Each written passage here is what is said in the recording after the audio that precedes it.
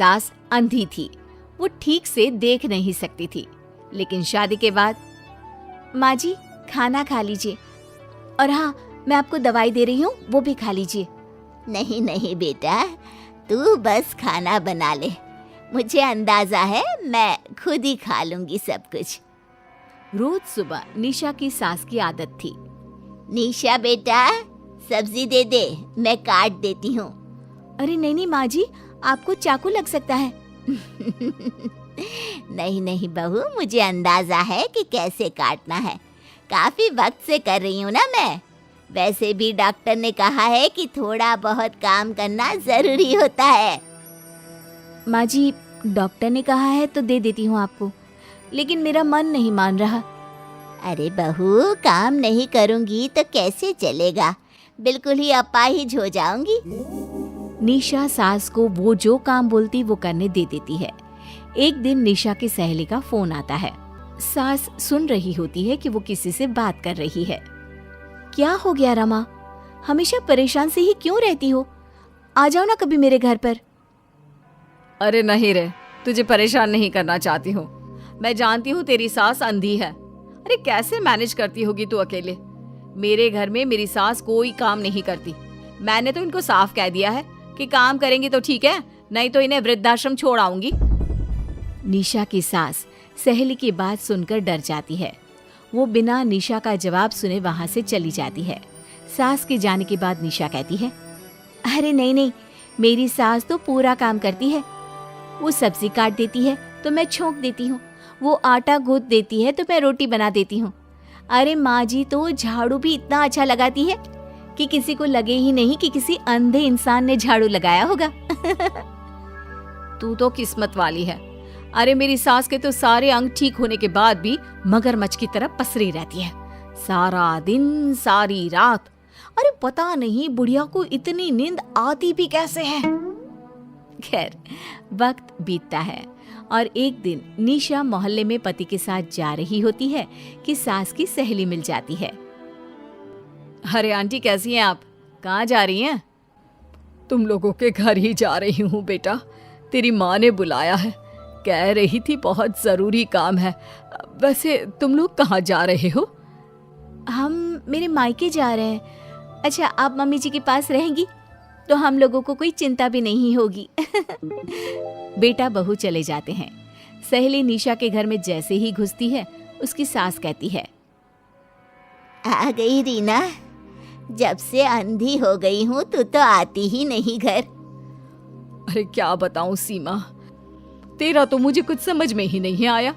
अरे जैसे ही बेटी की शादी हुई उधर तू अंधी हो गई, कैसे? मतलब समझ में नहीं आया।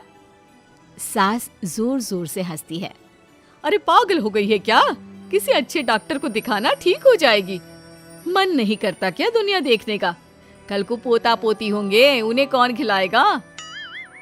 तेरी भी तो बहू आई है, तेरे भी तो बेटे को बच्चा हुआ, कितना खिला लिया तूने। अरे हमारी तो किस्मत ही फूटी थी। लड़की की पहले दिन से ही डिमांड थी कि सास ससुर के साथ नहीं रहना, चाहे जो हो जाए। अब बोल क्या करती मैं? फिर क्या कर लिया तूने?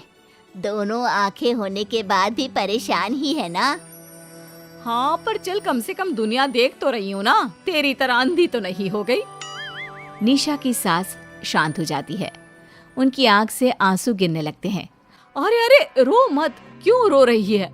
वैसे भी दुनिया में ऐसा कुछ नहीं है कि जो देखा जाए। चालाक बहुएं और ऊपर से वो बेटे जिन्हें बचपन से सीने से चिपका कर पाला, वो भी बीवियों के कहने पर माँ से लड़ पड़ते हैं। तेरी गुलाबी रंग की साड़ी बहुत अच्छी लग रही है, और ये जो चश्मे का फ्रेम है ना, जच रहा है तुझ पर। सहेली शांत हो जाती है। मतलब तू अंधी नहीं है, तू देख सकती है। हाँ, तू मेरी सबसे खास सहेली है, इसलिए बता रही हूँ। मैं ठीक हूँ, बिल्कुल ठीक। अरे तो फिर अंधी होने का नाटक क्यों कर रही है? दुनिया देख ली है मैंने, देखा है मैंने कैसे सास को देखकर बहुएं रंग बदलती है। मैं अपने बेटे के बिना नहीं रह सकती। पति का साया तो पहले ही उठ गया, बेटे को बहू ले गई तो क्या करूँगी। सारा काम कर देती हूँ, वो इसी में खुश है। सहेली निशा की सास को गले लगा लेती है। लेकिन झूठ बोलकर कब तक? अरे कब तक ऐसे रहेगी? थोड़ी ही देर में बाहर से बेटा बहू के आने की आवाज आती है। बस चुप कर, जो मैं कर रही हूँ बस साथ दे मेरा, नहीं तो। बहू घर पर आती है। सामने 2 कप में चाय, शादी की एल्बम और कुछ खाने पीने का सामान रखा था। माँ जी, कुछ खाया आपने? खाना क्या है बहू, बस चाय पी है। सब्जी दे दे, मैं काट देती हूँ, रात के खाने की तैयारी हो जाएगी। अरे नहीं माँ जी, मैं खाना बना लूंगी, आप आंटी के साथ बैठिए ना। बहू सारा खाना बनाकर सास को आवाज देती है और सभी बैठकर खाना खाते हैं। माँ जी, ये लीजिए, कटहल खा लीजिए, ये कह रहे थे कि आपको बहुत पसंद है। हाँ हाँ, ला दे। बहू सास को रोटी का डिब्बा पकड़ाती है, लेकिन सास नहीं पकड़ती। वो कटहल देना बहू। बहू जल्दी से सास को कटहल दे देती है। अगले रोज फिर सास झाड़ू लगा रही होती है कि बहू कहती है, माँ जी, आप ठीक से झाड़ू नहीं लगा रही, पीछे देखिए कितना सारा कचरा फैला हुआ है, लाइए मैं लगा देती हूँ। सास डर जाती है और पीछे देखती है।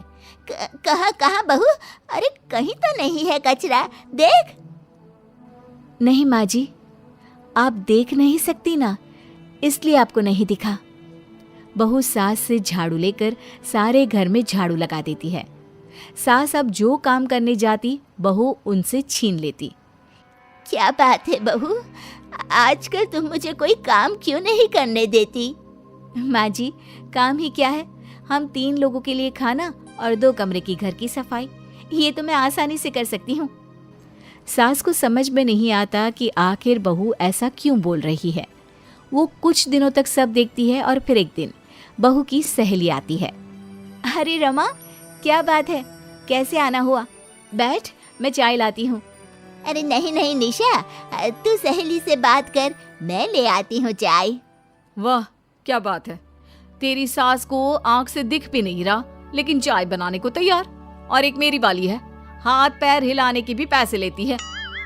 वैसे यार आज मैं रिलैक्स हूँ, छोड़ आई मैं उन्हें वृद्धाश्रम। सास डर जाती है और अंदर से चाय बनाकर ले आती है, लेकिन डर के मारे सास के हाथ से चाय की ट्रे गिर जाती है। बहू की सहेली बोल पड़ती है, अरे कुछ काम होता नहीं है तो करती क्यों है बुढ़िया, एहसान दिखाने के लिए? अरे मैं तो कहती हूँ तू भी इस अंधी को वहीं छोड़ा। नहीं नहीं निशा बहू, मुझे माफ कर दे, गलती से ट्रे गिर गई, मैं सारा काम करूँगी, बस मुझे मेरे बेटे से अलग ना कर, मैं नहीं रह पाऊंगी उसे देखे बिना। बस माँ, यही सुनना था। आप देख सकती हैं, फिर भी डर के मारे जो नाटक आपने अंधी होने का खेला, मैं उसे खत्म करना चाहती थी। माँ जी, आप घर की बड़ी हैं, मेरे पति की माँ है, मेरे लिए आपकी जगह भगवान से कम नहीं। आप अंधी नहीं भी होंगी तो भी मैं कभी भी आपको खुद से दूर नहीं करूंगी माँ जी, मेरा विश्वास रखिए। फिर निशा सहेली को देखती है। अच्छा होगा रमा कि तुम मेरे घर से चली जाए, क्योंकि मेरे घर में ऐसे लोगों के लिए कोई जगह नहीं है जो बड़ों की इज्जत नहीं करते। सास चैन की सांस लेती है। जीती रहे बहू, जीती रहे।